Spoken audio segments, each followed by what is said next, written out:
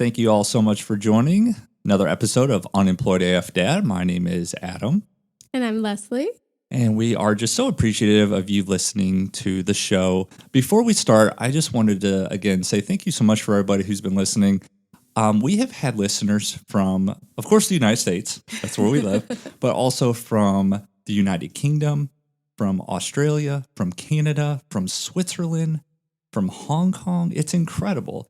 Just a little tiny podcast that we do out of our home in good old Illinois can reach people around the world. So just, again, thank you guys so much for everybody who listens, everybody who shares the podcast with friends and family. We really, really appreciate it. And also, I appreciate you. It's an honor and a privilege to do another episode of Unemployed AF with my lovely wife, Leslie, who is going to take it away and tell us what we're talking about today. Today we are diving into all things self-love and self-care. And mainly really like honing in conveniently. We are in a heteronormative relationship, so we can have a male perspective on this topic and a female perspective on this topic. Which is important because I think male and female sometimes self-care is very different from one person to the other. And I know that I've had like my preconceived thoughts of men and self-care and self-love, and I'm sure you have on women, and there's lots of stereotypes and stigmas and things like that. And I also think that it's a topic that is well-deserved because in addition to, being in this heteronormative relationship, we do have children and we are parents. And I think that this topic is definitely kind of brushed aside once you have children. There is no more self-love. There is no more self-care because then all of a sudden your light is shining on your children and your children alone. Right. Well, and self-care, self-love, kind of we use them interchangeably. They're buzzwords. Why don't we just start off by kind of defining what self-care is, what self-love is? Yeah. Obviously anybody can Google this, but let's just kind of establish what it is before we go into. So what I gathered from Google, I love a good Google, is that self-love is kind of like the umbrella, and self-care falls under the umbrella of self-love. So self-love would be like having a high regard for you and your well-being and your happiness, taking care of your own needs and not sacrificing your well-being to please others. So that would be self-love. And then under the umbrella of self-love is self-care, which is the practice of taking action to preserve your own health. So that would look like, physically taking care of yourself, mentally taking care of yourself, things like that. So it does make sense when people kind of use those words interchangeably because they are connected. They are very much so connected, but also different, right? Sure. Connected but different, yeah. So we defined self-care and self-love. But before we go on, let's talk about what our perceptions growing up of like self-care were, because I think our thoughts and perceptions are a lot different now than what we used to think about. So do you want to kind of tell everybody what you used to think of, and then I'll tell you what I thought self-care was just like, actually, I didn't really have any thoughts about self-care. It was more so of a survive and preserve yourself. And I guess self-care was just more like, getting up and showering and put your makeup on and like those kinds of things. Or like, which is a part of it. It's a part of it, I guess like would fall under those things of like, getting your nails done. Anything that would like make you physically look better would be a self-care act is what I used to think of what it was. I was along the same lines. Again, when I was younger, I probably didn't even think about it too much. No. Maybe as I started to get a little bit older, like late teens, early 20s, thought self-care was, anything that you did to like go spend money on yourself. Like self-care, self-love, I'm going to go shopping, or I'm going to go bought the new shoes. Yeah, or I'm going to go get a massage, or, women, I thought of like a spa day or getting your nails done, like that sort of thing. Things that were like temporary. Right. Yeah. And then as I got older, you start to realize, it has a lot more to do with things that you do on a daily basis that you may not see those quick results right away. For sure. But down the road, you're definitely going to benefit from. Again, we've said many times that we live in a world of instant gratification, right? We want something now. If we put in some work, we want to see the results now. And that's not truly how self-care works. No. You see the results down the road, and it could be like a it could year, be years down the road. 2 years, 3 years. Yeah. Whereas, if you got a massage, that's great. You probably feel good for that moment. But tomorrow, it's probably you're not gonna have any, effects of that. Whereas if you're, like we talked about, putting in the time, mentally, physically, and doing those daily things, you're gonna reap those benefits years down the road. Yes, very much so. And that kind of, bleeds into a lot of like healing your trauma and doing kind of deeper work on a consistent basis. One more thing I thought, sorry to interrupt, one more thing I thought, like when I was growing up or, early 20s about self-care and men specifically, I thought more like, hey, I worked all week. I deserve a night out with the boys, go out to the bar, drink, watch sports. Like socializing is a big part of it. Community is a big part of it. But, the alcohol part, the drinking, that's not self-care. That's not self-love. That's destructive, as I found out. That's a really good point, though. I thought, like, hey, I should reward myself. And I think a lot of people have that mentality. Like, I've had a hard day or a hard week. I'm going to reward myself with a glass of wine or a couple drinks of, bourbon or whatever the case is. There was even that comment on one of your posts on Insta, and someone had said, after a long day, I just want to reach for the wine. Yeah. But I know deep inside, like I should go exercise or I should go out in nature. Or, because the wine is a temporary thing. Right. And it's going to have future consequences. The next day, you're not going to, it gets you out of your rhythm and you're not going to do that exercise or eat the, right things like we've talked about many times. Right. But yeah, exactly. And if you go and exercise that night, you'll feel good. I'm sure you will. Mm-hmm. But it's probably not going to give you that instant gratification necessarily that the wine could have got you. When you first started it's not going to help you disassociate from the stress. It's not going to give you the instant, like, deep breath of like, well, and it's hard. It's tough work. Instead of just sitting down on the couch drinking, you have to go sweat. You have to go work. And I can totally understand that after a long day, like a lot of people want to do that.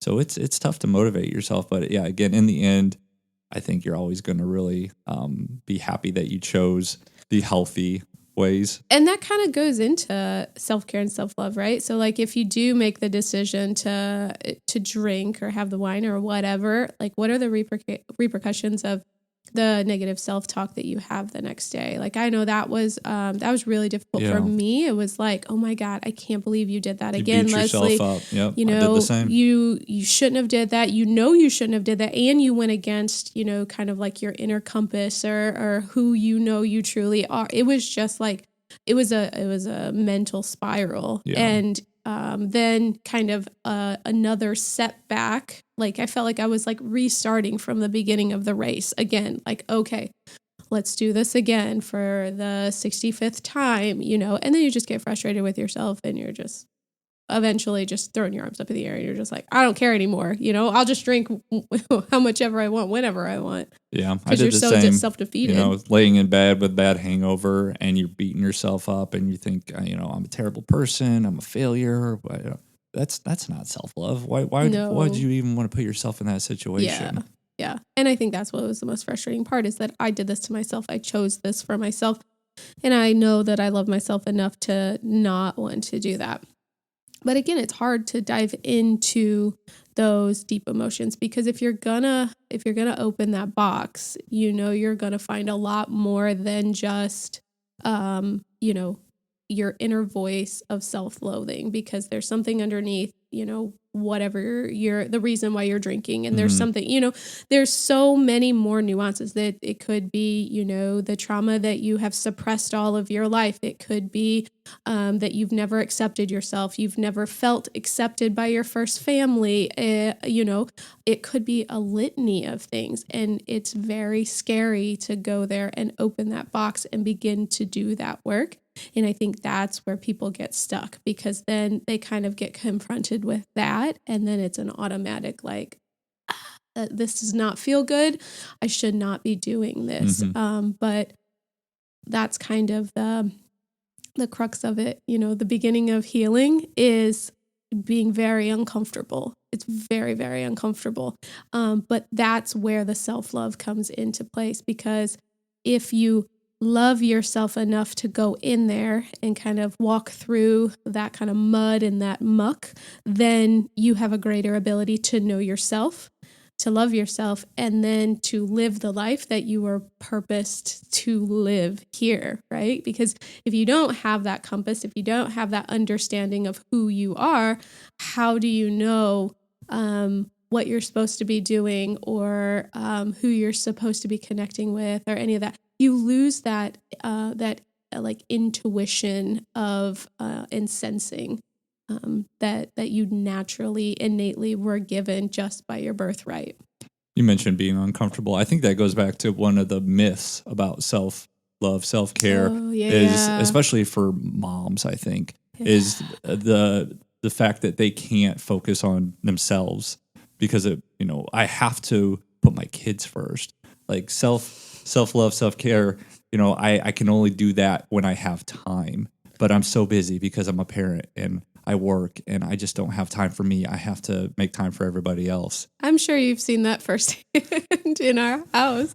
Why don't you kind of talk about that a little bit? I mean, I've said that on a previous podcast before, that I will die on the self-love, self-care hill for all parents out there, but more specifically mothers, because we are fed kind of this idea as little girls that we should innately know how to be a caregiver, and we should innately be a caregiver. We should be selfless. We should be giving all of who we are to anybody who asks that of us. It doesn't matter if it's our partner, our children, the PTA, your boss. It does not matter. We should be giving all of us to everyone. And that is such a toxic, kind of unconscious verbiage from our society that needs to completely die. Because the idea that you're a martyr for taking care of everybody else, and like that's your that's where you kind of get your your fulfillment from, is so very toxic, because one, you've kind of forgotten who you are. In your service to others, you are no longer serving yourself. But also, too, it leads you down a very, depleted, sick, resentful, full of bitterness, joyless, empty kind of path. And now you're no longer helping anybody because you're joyful to actually give what you have. You're doing it out of a very resentful, like, I have to do this mentality. And I don't know about any other mothers out there, but that's where I was, is that I just felt obligated to give. Well, and what about, talking about mothers right now still, what about when their kids grow up and don't, necessarily need them as much anymore? And all you've done all your life is just, work on them, making sure their needs are met and they're satisfied. And then they no longer need that constant care. And then you're like, well, who am I? Like, what, I think that can be a very difficult thing. And it could apply to fathers too, of course. Like, but, stereotypically, and the mom has always been the one who's the primary caregiver for a lot of households. And again, we've talked about this in the past. I think that's definitely changing, and that's a good thing, because Most moms have to work now, and you can't just put everything on one person. It's not fair to them. It's not fair to the kids. I think even more than like losing yourself and then your children becoming grown and you just being like, I have no idea who I am now. But that's what you've modeled for that generation. So, we have a boy and a girl, and Bliss, I am her biggest influence in her life. Levi, your same-sex parent is the biggest influence in your child's life. So what I am modeling for her is how she is going to act whenever she grows up, or she's just gleaning what I'm doing out of her into her own subconscious of this is how a woman should act. And that seems like a very tall order. And I was very aware of that whenever we were told we were having a girl. I mentally, silently inside of my own brain spiraled very fast. And then you wonder why, women have that mentality that they have to be focus 100% on their children. There's all that pressure. Yes. And they forget to take care of themselves. Yes. But more so than that is like when I started doing my own self-healing and learning to love myself for who I am, I learned that the best thing that I could do for my daughter is not to give every waking moment of my life to her and dedicate it to her or any other children that I had, but was to pour into myself because, one, I would be a much better mother. I would be more present. I would be happier. I would love harder. I like so many more things, but also I would be modeling what I want her to do whenever she grows up. I want you to be a mother and an artist. I want you to be a mother and go out and love nature. I want you to be a mother and take care of your body. I want you to be a mother and fuel yourself with good, nutritious food. Like, I want you to do all of this stuff and be able to be present in your own life. And what's great about that is it doesn't have to apply to just parents. If you don't have children, this is for everybody. Absolutely. Because if you pour into yourself, you're going to be a better friend. You're going to be a better spouse. You're going to be a better employee. I mentioned that in an interview recently. They were talking like, what are your passions? And I said, my passions are, making sure that I'm taking care of myself mentally, physically, emotionally. Because if I'm not taking care of myself, you're not going to get the best of me every day at work. So that should be the motivation for employers to make sure that their employees are happy so they get the best out of them. And that means putting yourself first and your needs first. Absolutely. 100%. Because if you don't, then you're not getting the best out of anybody in that situation. Let's go ahead. Let's kind of talk about some foundations of self-love, because like we said, it's kind of a buzzword, but what falls under, besides self-care, under that umbrella of self-love? So what I found, and I found this really cool website. Yeah, if anybody's watching the video on YouTube, we'll throw a graphic up and you can look at it. And it's the website is Self-Love Rainbow, and all of it looks like like a pre-K classroom. It's all of it like very colorful and lots of unicorns and stuff like that. But it's cute. I like it. But under the foundations of self-love are self-discovery, mental health, self-acceptance, boundaries, self-care, and your inner voice. And these all sound like very heavy topics, right? Yeah. Like, who wants to dive into understanding why they don't have boundaries and why you can't adhere to them? That's funny that you said boundaries, because boundaries kind of stuck out to me too, because Yeah? that's not something I immediately think of when I think of Self-love? self-care or self. Yeah, I don't think of boundaries, but it's. Do you have a problem with boundaries though? I don't think I do. Huh?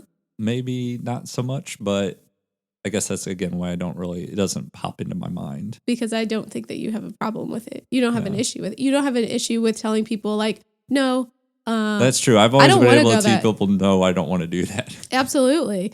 So of course you don't feel uncomfortable. Me, a highly sensitive person, I want to make sure that everybody feels like they're seen, heard, and cared for. So it's very difficult for me to say, I'm sorry, I don't want to do that. But man, you can see how that can just affect you so much when you're always like, yes, yes, yes, even though you're in your mind, you're saying no, no, no. Because again, you're doing it out of obligation or not Thank wanting you. I to couldn't figure out the not word. wanting to offend or wanting to be Yes. that person that's always there to help. Yes, not doing it out of, hey, I've filled up myself enough. I've got Now enough I to can pour give. into Now you. I can Yeah. give. Yeah, exactly. It's from a very depleted place rather than a filled.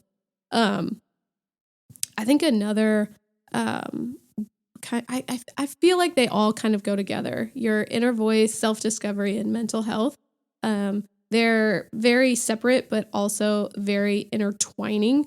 Inner voice and your mental health, man. I would say that like healing childhood trauma would fall under here, because your inner voice is so it's very sneaky. It's very, because it's our subconscious, right? Like it's like always hearing a badly tuned radio. Like you've grown up all of your life hearing a badly tuned radio, and you're just like, oh, that's radio. That's what it Like all the sounds like. static and it's Yeah, all not the quite coming static. in Yeah, clear. yeah. Like you're in between a station, and you're just like, oh, that's kind of how it's always sounded. And then you go through healing trauma, and you get clear on so many more things, and somebody like turns the dial just a little bit to where it lines up with a radio station, and you're like, oh, wow, I didn't realize that I wasn't supposed to be hearing all of that nonsense static in the background. Like it's supposed to be clear. I'm supposed to be able to hear it. It's supposed to be able to hear words, and it's supposed to be guiding and stuff like that. But your inner voice can get so cloudy so fast, because that's just kind of what we've always heard all of our life. And again, along with self-love and self-care, like going in and figuring out what those things that you learned about yourself at a very early age are, and figuring out like, what is this serving me or is this not serving me? Is this something I need to heal, or is this something that I can continue to believe about myself? Am I self-sabotaging, or am I healing? Because I think all of those things, we get to a point in our lives, and for most people, it's like your very late 20s, your 30s. A lot of times you already have children, because children are a fantastic mirror to all of your shortcomings, and they will teach you how to heal yourself, some more quickly than others. But we can use those tools and strategies to begin to heal who we are, and begin to remind ourselves that we came into this world, yes, with very definitive DNA from both of our parents, but what I was told is not 100%. That's just some words that people spoke, and I took as face value because I was a child and they were an adult. So learning to get clear on those things, I feel like is absolutely paramount. And I highly encourage everybody to have a therapist, to go talk to somebody who is, qualified, especially when you're going through learning how to heal and things like that. I think they just have a better way of kind of like navigating things for you. Well, and what's great again is the stigma of having a therapist is almost gone, I think. Yes. I mean, even it gets very normalized now. Even 10, 15 years ago, like, therapy? oh, that person doesn't go to therapy, or even couples like, oh my God, they're going to marriage counseling. It's over. There was just that stigma. And now people are going as like, and people are talking about it. People are open about it. Yeah, I go to a therapist and they're great. Or, or like, who do you go to? Are they taking new clients? Yeah. Or people are going to marriage counseling, therapy, whatever, as a precursor. So they're like, no, there's nothing wrong in our marriage, but we do know that we need to learn more about each other. And that's not necessarily easy. You need somebody to help facilitate that. You need somebody to start the conversation for you, or be like, well, what do you think about this? Or what do you think about that? I don't know. We've never been to marriage counseling or therapy, but this is our marriage counseling, this podcast. This is true. This brings up a lot of conversations. I don't know that we're qualified, but but yeah, I think therapy is fantastic for everybody. And not only that, but there are so many brilliant people that are writing books today that are, starting the conversation about doing the work. I know, oh gosh, what's her name? The holistic psychologist is her handle on Instagram. Nicole LePere, I think. But she's kind of, I feel like coined the term of like doing the work of kind of going inside and figuring out, the stuff that you're still carrying from childhood. And that's so fabulous. I love it. Love it so much.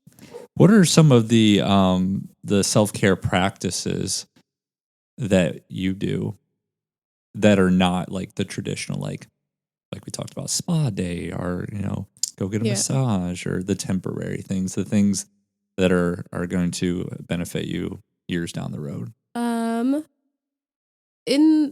So now my morning routine, that's paramount. So getting up, doing some yoga or some light exercise for like 20, 30 minutes, journaling, reading. Reading is huge. I love to read. And not just like, I'm always consuming things that I know are going to be beneficial to my mental health. That's just who I am. I feel like listening to podcasts is self-love, self-care. Absolutely. Depending on the podcast. The podcast. Yeah. There's so many podcasts about healing yourself, about healing your body. Oh my gosh. Anywhere. Yes. And you can niche down to like specifically, like if you're struggling with depression, if you're struggling with anxiety, if you're struggling with an eating disorder, mental health, like whatever it is, you can really niche down. And there's a podcast that somebody is being alcohol free. There's a podcast that somebody is doing out there that is whatever niche you are looking for. What about you? I wish I was more of a reader. I think I told you I need to get back into reading, but podcasts for sure. I used to listen to a lot of like true crime podcasts, and I'm not saying that there's anything wrong with that. It entertains me. I like it, but it's not adding much to my life. It's an hour of entertainment and enjoyment, and then I forget about it. But really listening to podcasts that, like you said, are going to help me understand myself, understand my health, understand our relationship. I love, when we send each other podcasts, and then, you'll come home and we'll talk about like, oh, I really liked this, or I got a lot of value from that point. So I've definitely immersed myself in podcasts. A plug for the Model Health Show. Sean Stevenson. I love Sean Stevenson. Do you see now why I always came home from work and I was like, today on this podcast? Yeah, but like you said, there are so many good podcasts out there, and there are people that are absolutely amazing, and they're giving us this information for free. We can go listen to. Yeah, they're making money on ads and products and things like that. They should be. But the content they're providing us is free, and so I would encourage everybody to listen. That's what I like to do when I take my walk. So it's like a 2-for-1, right? I'm not only out in nature. Actually, 3-for-1. 3-for-1, because I'm getting exercise, I'm getting sunlight, and then I'm getting the information from the podcast. And man, I just, at the end of my walks, I just feel good, you know? And of course I do like going to the gym as well. And then, I don't know, like even working on content for me kind of is my self-care, making sure that I have been informed before I post stuff too. But then also, putting stuff out there that are just hopefully going to help other people, as well, that is relatable. Those are just a few things. Again, like I think a lot of people think of self-care as like something that makes you happy. But that does fall under, that's good. I love that you said that, because I was just going to dive into that. That does fall under the umbrella of self-love, and it would be the notch that's self-discovery. So think about when you were a kid and you had, 10 different hobbies because you loved everything, right? We get older and we stop doing those things. We stop doing those things that we love and enjoy. And whether it's swimming or painting or Frisbee or like whatever it is. And that goes back to, well, we're too busy. We just don't have enough time. Exactly. Or like our American culture is very work driven. Like if you are playing, you are seen as lazy, that you don't care about whatever, your family, making money, whatever it is. And that is, again, a very toxic mindset, We've had that conversation. I've been unemployed now for almost 5 months. And it's been amazing. It really has been. Recommend it for everyone. There might be people out there like, what a bum, get a job. Like 5 months without working. Like, don't you get bored? No, I don't. Because I have so many things that keep me happy, that keep my interest, that I spend doing throughout the day. I have a routine, and no, I don't get bored. I run out of time because I have so many things that I like to do. And sometimes I think, man, this is the way life should work. I'm not saying that you shouldn't work at all. And I feel like what I do in the mornings is work, because I'm, working on content or blogs, or coming up with whatever post I want to make that day. So I'm working, not in a sense I'm working for a company getting paid for it, but I'm still doing work. I'm like, this is the way it should be. Work, 3 or 4 hours, and then the rest of your day is spent, improving your quality of life, going for those walks, going to the gym, listening to podcasts, things like that. Well, if we're going to get real woo into it, think about the better that you feel, right, is the better that you're going to project that out into the universe, right? So if you're not stressed and fussy and upset because you don't have enough time or whatever, one, you're going to be a better parent if you have children. And your children are going to be happier, and then they're going to take that out into the world. But two, the vibe that you put off too is going out into the world, and then you could be then imprinting that onto somebody else. So somebody else who's having a bad day that you work with, or your neighbor, or even somebody, you see at the grocery store, even you went to Walmart and you were like, I had the loveliest lady that, returned my item today, like even things like that, it makes a huge difference whenever your vibe is raised and you feel good. And you can do that with a traditional 9-to-5 job. I mean, I get up and leave the house at 7 and I come back around 3:30, 4 o'clock. And I truly do enjoy my day. I don't come home upset or mad or frustrated. Yeah, that's or a good point. I'm not saying that we should all suddenly only work 3 to 4 hours a day. I mean, I get that I think that it would be I do truly we do have to work more than that sometimes for our companies, and yes, but I truly do think that we would all be it would all benefit us if we worked 45 hours a day, and that was it, and then we had the rest of the time to do what we needed to do.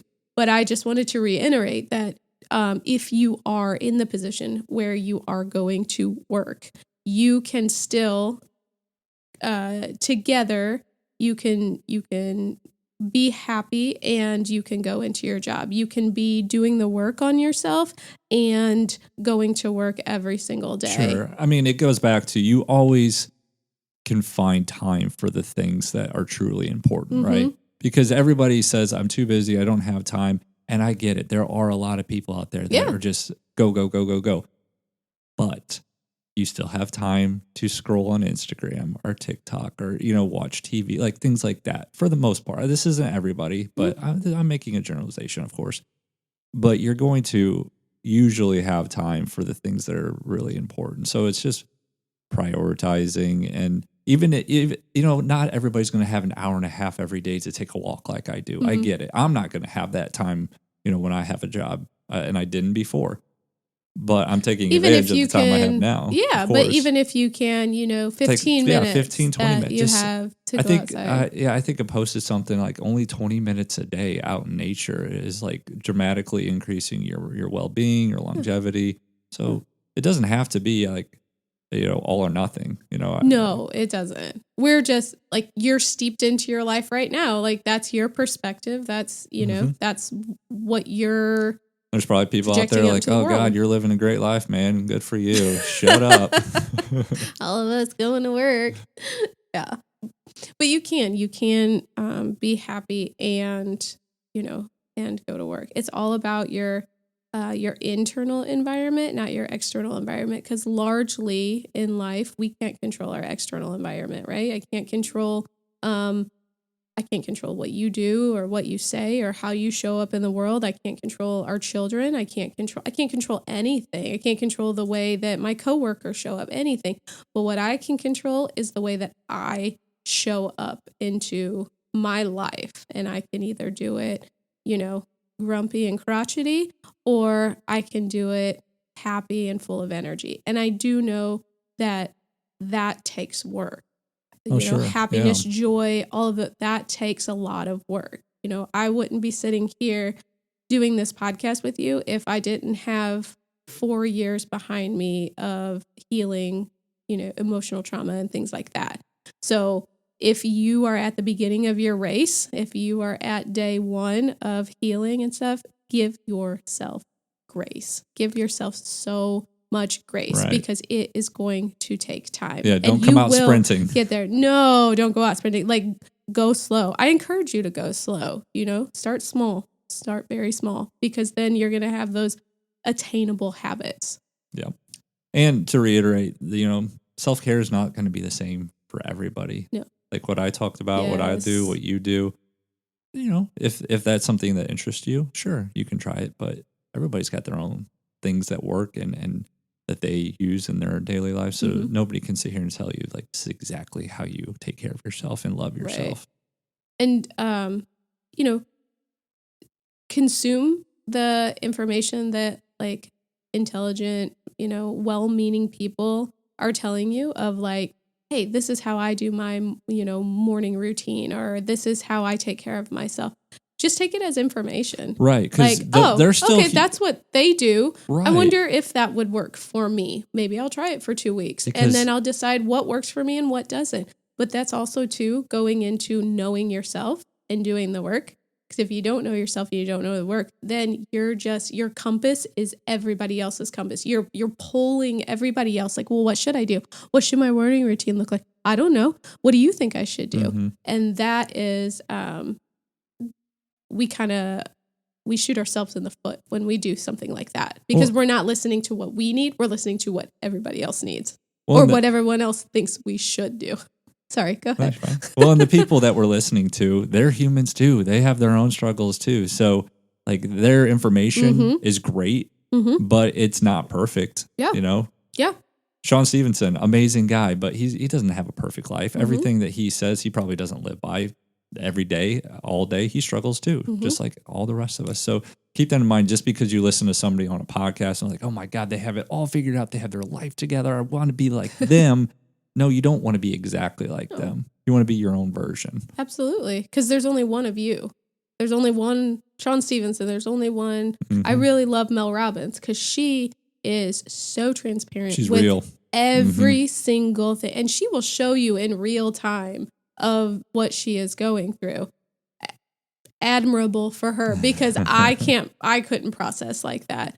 But I really do love that, because she shows you, like, this is the raw and the real.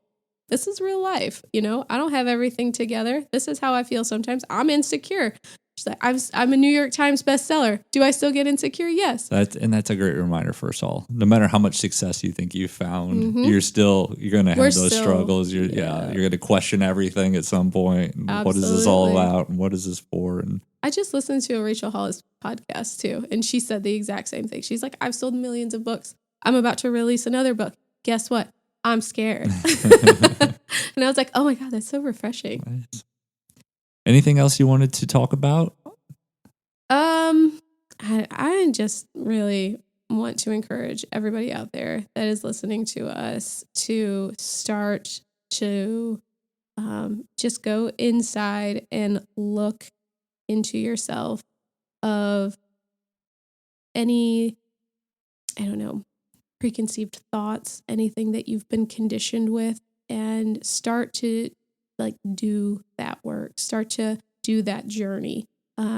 It's going to seem hard and daunting in the beginning, but I promise you 1000%, if you look forward in 6 months, in 12 months, in 24 months, your life will be radically changed. Your life will be radically changed. If you continue to invest in yourself, your life will radically change. And I think that's what we want for this human race. I mean, wouldn't it be a utopia if we could just all love ourselves 100% and then give out into the world what we were destined to do here? I mean, it sounds like pie in the sky craziness, but I truly believe that if we all just invested in ourselves, loved ourselves, healed ourselves, that this world would be changed. Oh, I mean, it makes sense, right? Because a lot of the things people do, towards each other, the violence, the hate, Mhm. the negativity A lot comes of it from a place stems of within. from, They yep, they are not happy with themselves, yep, and so that they feel like they have to, attack yeah, others, and that will somehow make them feel better about themselves. So yeah, if you're yeah. already happy with yourself, if you love yourself, then that's going to spread to others. You want to emanate that to them Right. rather than, yeah. Again, it sounds, so great, It does. but it's not that easy. But again, it like 4 years out of healing, 4 years out of understanding, because day one, Leslie, I was sad, dark, lonely, upset, felt like I was in a hole, like I didn't have any verbiage language around healing, self-love, self-care, anything like that. It was like crawling through the dark and just trying to figure out if there was a light switch in the room. So if that's what you feel like right now, like you're crawling through the dark, just looking for the light switch, I encourage you to keep going, keep cheerleading for yourself, keep moving through the darkness, because I promise you there is a light switch in that room and life will get so much better when you love yourself, care for yourself, know yourself. And put in the work. And put in the work. Yeah, for sure. For sure. All right. Well, I think I am inspired. I hope everyone else is too. Thank you so much for listening. We certainly appreciate it. As always, make sure you're checking out our Instagram, our website, our blogs. Go and leave a review for the podcast if you're finding it enjoyable, relatable, valuable. Share it with a friend, a family member. We would love that. Thank you guys so much. Hope you enjoyed. Have a great rest of your week. See you later.